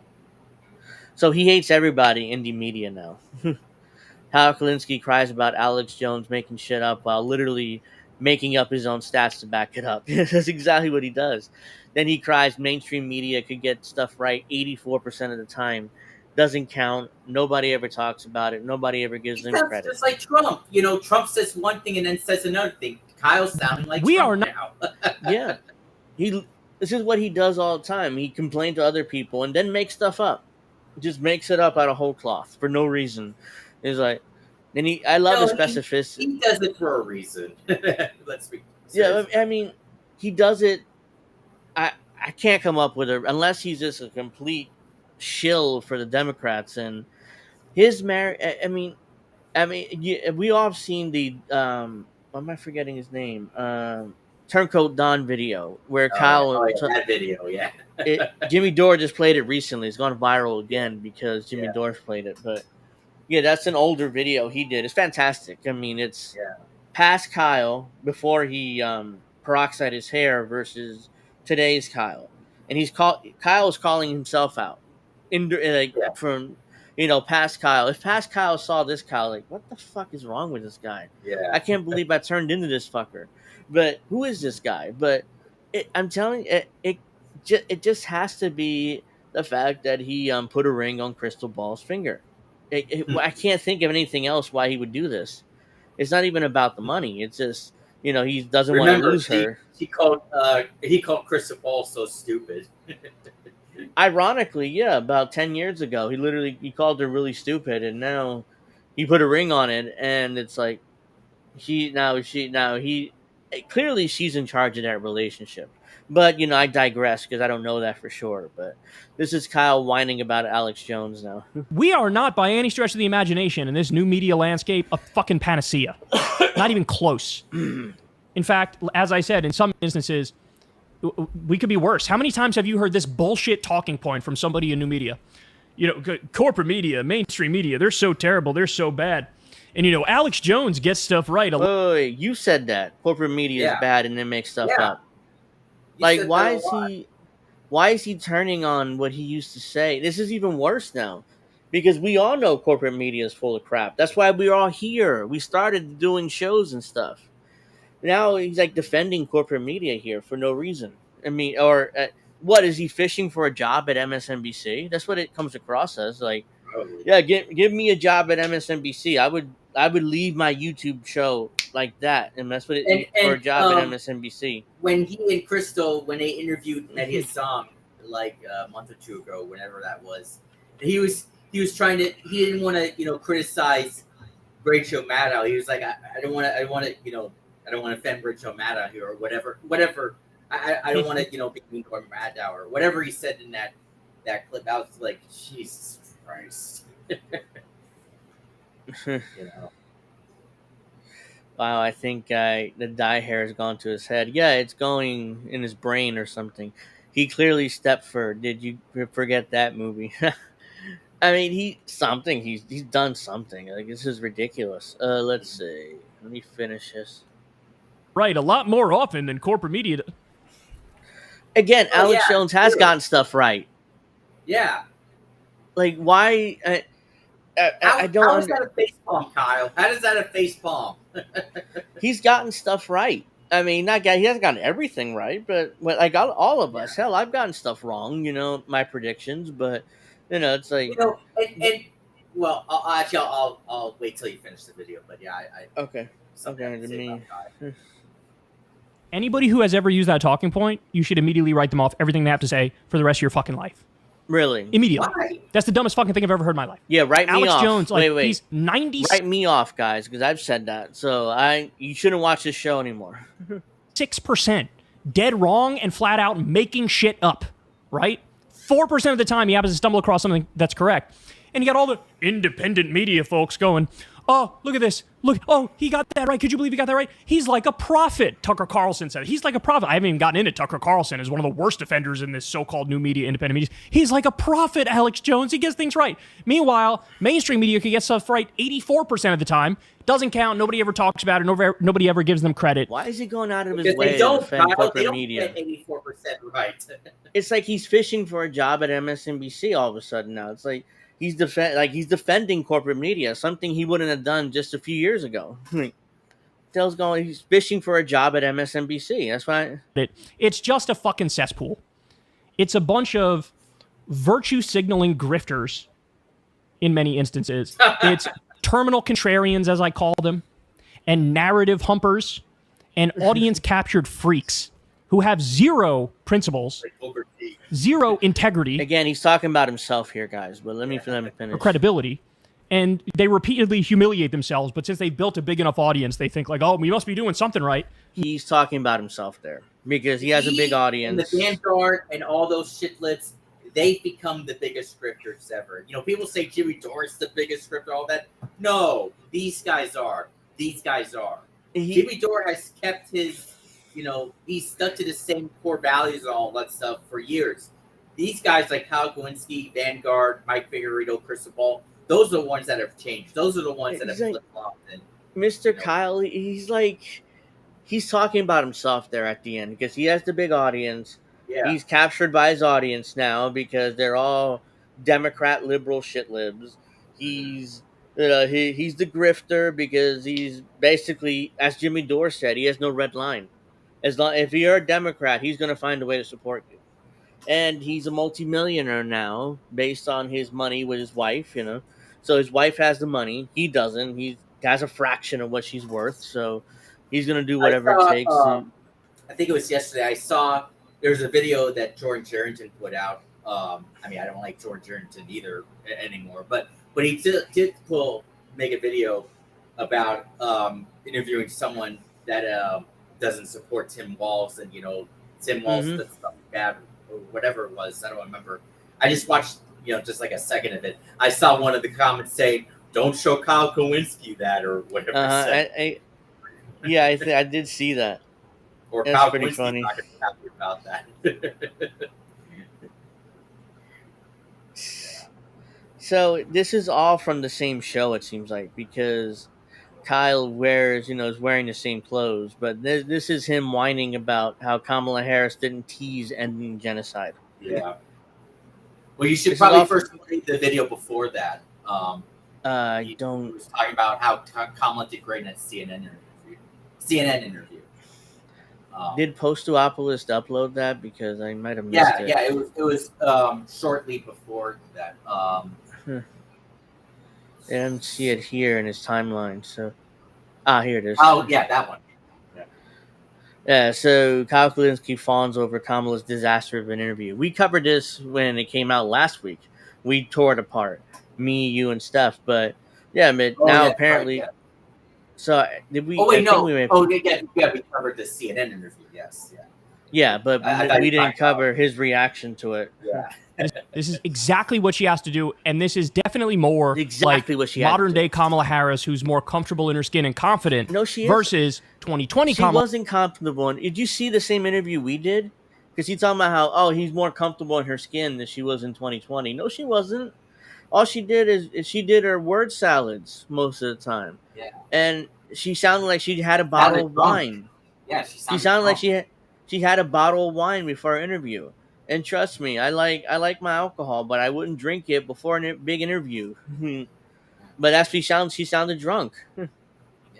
Kamala Harris running in the primary, where she was sort of flailing and all over the place, and she felt very inauthentic. Well, first of all, we had to recover as an economy, and we have done that. I'm very proud of the work that we have done that has brought inflation down less than 3%. The work that we have done to cap the cost of insulin at $35 a month for seniors. Donald Trump said he was going to do a number of things, including allowing Medicare to negotiate drug prices. Never happened. We did it. This interview so far just went from good to great. Great, Kamala guys. and Biden's move which is $35 insulin. She used standard talking points about Trump, and somehow that's great. Across the board in Medicare, Part B, Part D. You also have the drug prices per year, where it was negotiated for lower prices with the pharmaceutical industry. Now, you could argue, hey, that didn't go far enough. We needed to reduce the price of all the drugs. I 100% agree with that. But the fact the Democratic plan is way more wide-ranging and far-reaching than Trump's plan. He keeps trying to take credit, and she's setting the record straight here and going, we did way more than you did, and we went way further than you did. You maintain Biden. Crumbs. Yes. I maintain that we do the work of bringing down prescription medication for the American people, including capping the cost of the annual cost of prescription medication for seniors at $2,000. When we do what we did in the first year of being in He's office smoking that vape there, buddy. to extend the child tax credit so that we cut child poverty in America by that's the definition of a cancer stick right there. 50%. When we do what we have done to invest in the American people and bringing manufacturing back to the United States so that we created over 800,000 new manufacturing jobs, bringing business back to America. What we have It's like, done he to looks, improve the he looks constipated here, but supply chain so we're not relying on foreign governments to supply American families with their basic needs. I'll say that that's good work. God damn, who is this woman? And what did she do with the old school Kamala Harris? You want to talk about an upgrade? Bro. She did nothing. She's the same Kamala Harris she's always been. And this guy is like, as Steph said, sucking her dick. You know, this is ridiculous. Wow. I need you to bring up the infrastructure bill. I need you to bring up the Inflation Reduction Act, because these actually had tremendous effects. No, they didn't. And here she is. She just brought up the 800,000 manufacturing job number. Gotta be honest, bro. She's kind of fucking. She's killing it, guys. Even though we tore apart this interview last week. Medicare for all, or Green New Deal, all that stuff. It's just so ridiculous. By the way, this is wait. Policy Go back to that post. If you let's see, font. So I responded below, and then I retweet, and I responded via retweet as well. So, yeah, I did. Me and Alex and Steph tore apart this interview on Friday's edition of the show, and somehow he looks at the same interview, talks about how great she did. It's like, so, really, it's so mine should show up. Socialist MMA. Kyle is completely, not that one. I did tweet that, but that's not the one I'm thinking of. Might be that one. Yeah, this one.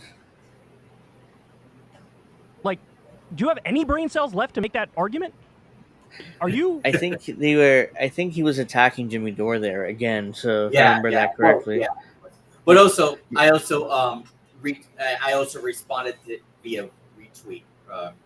If you view the posts again, you'll see mine there.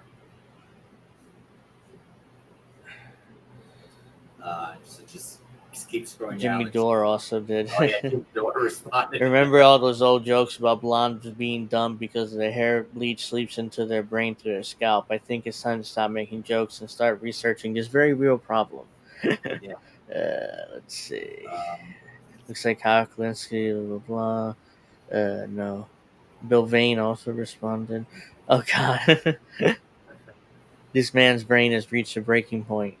Sagar must break the spell before it's too late. The bleached hair fits him. Truly upset I supported the scumbag con artist for as long as I did. Yeah. Not the only one. Not the only one. Kyle Kalinske, how do you overlook genocide while slobbing on the dick of the Democrats? Perfectly said. This corrupt cocksucker is everything wrong with progressives. Kyle Kalinske is a Jim Cramer of politics now. Which is, again, these are brutal takedowns of Kyle Kalinske here. Squid Diddley also did great job. Should be very close. What? Really? No, it's not there. No, it's not here. I don't know whether I went through all of them. Yeah, so well, whatever. Well, I mean, so now you can go to his house. Yeah. So he's really upset that she didn't tease ending the genocide. Not ending it. Not saying she's gonna end it, but teasing it. Like it's professional wrestling. You got to tease something in order for you to watch the show next week. Yeah. From a policy perspective, it's the right thing to do to say, yes, I will cut off weapons to Israel. Maybe if she just teased it, I don't know, we'll have to see, right? If she just did that, I think that'd be enough where everybody's like, okay, but she didn't do that. She basically said, no, I'm not going to. Perfect. I'm not going to change policy vis-a-vis Israel. Well, then, look, you are effectively aiding and abetting a genocide. Because everybody knows, even Israeli government officials know this. Did. The only obstacle at this moment to a ceasefire is Benjamin Netanyahu. He's the obstacle.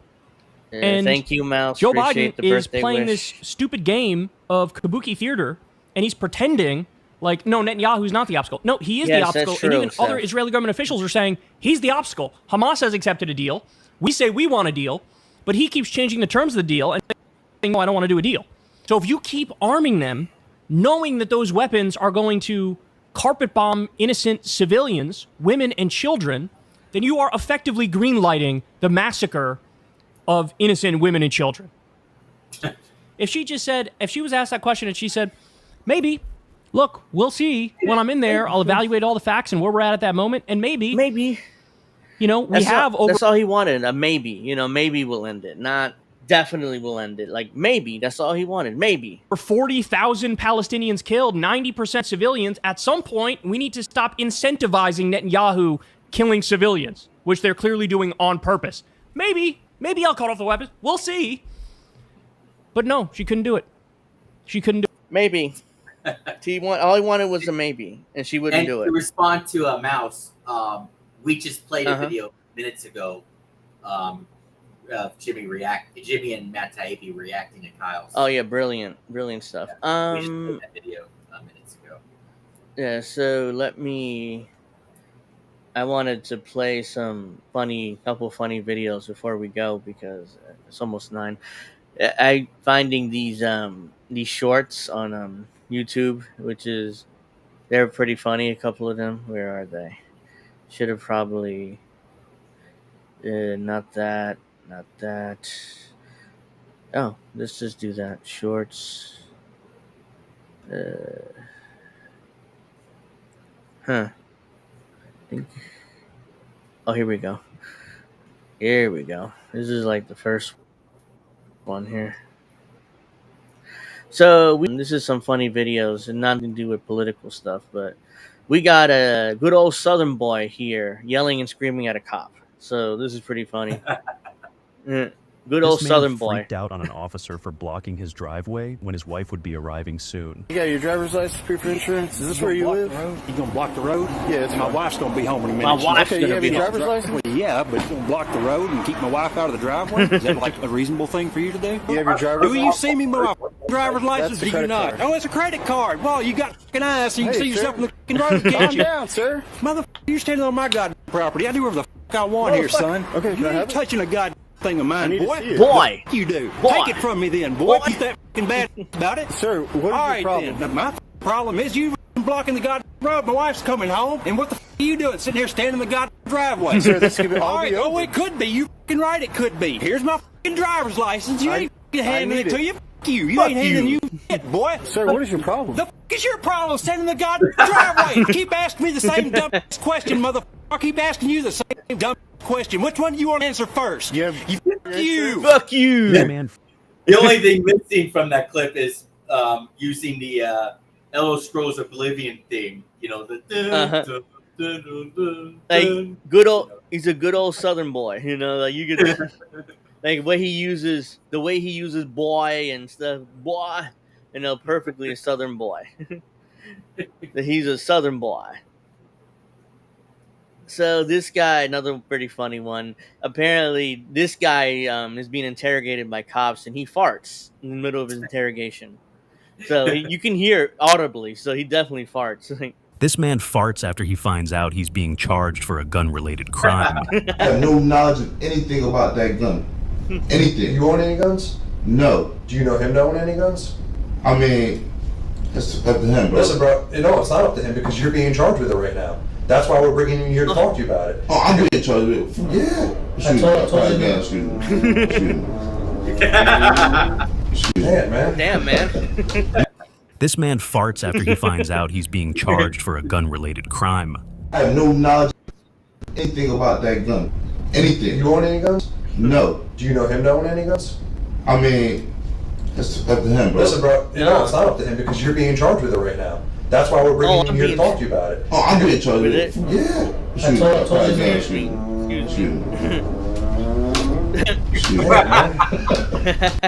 Even the cop was like, "Damn, man." So yeah, you also have that Pikachu face, or you know that. Yeah. Excuse me, I gotta go. Excuse me. At least say excuse me. But yeah, I mean that could be a superpower. You know, what I mean, you're about to get arrested and you let loose a horrible fart, and you know the cops pass out and you can run away.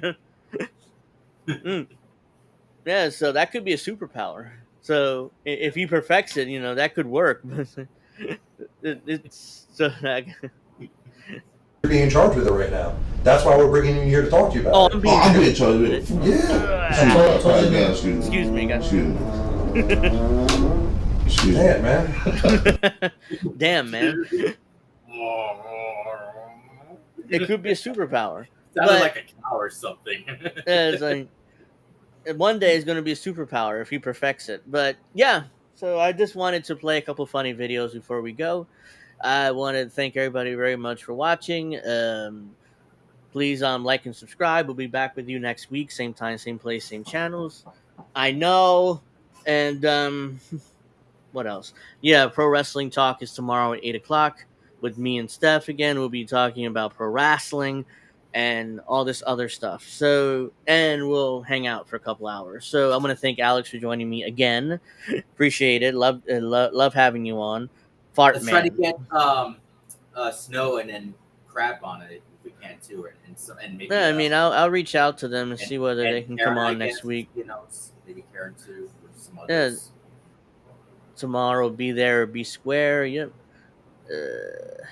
Make sure you subscribe to all INN channels or people. There's a bear in my seat. Steph says, Alex, come on Pro Wrestling Talk. I mean, I wouldn't talk about current pro wrestling. Like I mentioned, I don't watch wrestling anymore. Well, I would definitely discuss well, yeah. I mean, we usually we do the first hour and we talk about current pro wrestling. We had Snow on a few weeks ago and he didn't really say much while we were talking about it. Once we got into like the second hour and we started playing wrestling clips, that's when he got into it a lot more. So that wrestling show, it's at the same time tomorrow? It's at 8 o'clock. 8 o'clock. So then at 9 Eastern is when you would play the clips and all that stuff? Yeah. So yeah. Maybe I could join tomorrow for that. I'm not sure yet, but I might do that. Okay, well, I'll send you the link. I mean, if just in case, if you're able to. He knew older wrestling, and we talk about that too. Yeah, so it's not just new stuff. The first hour is usually the newer stuff, but So maybe I might join tomorrow. Yeah, so I'll send you a link, and if you're able to come on, great. All right, well, I got to wrap up because I got to knock on the door, and people are bothering me. So, I hope everybody enjoyed. We'll see you guys next week. Same time, same place, same channels. Make sure you like, make sure you subscribe, all that good stuff. Have a good night.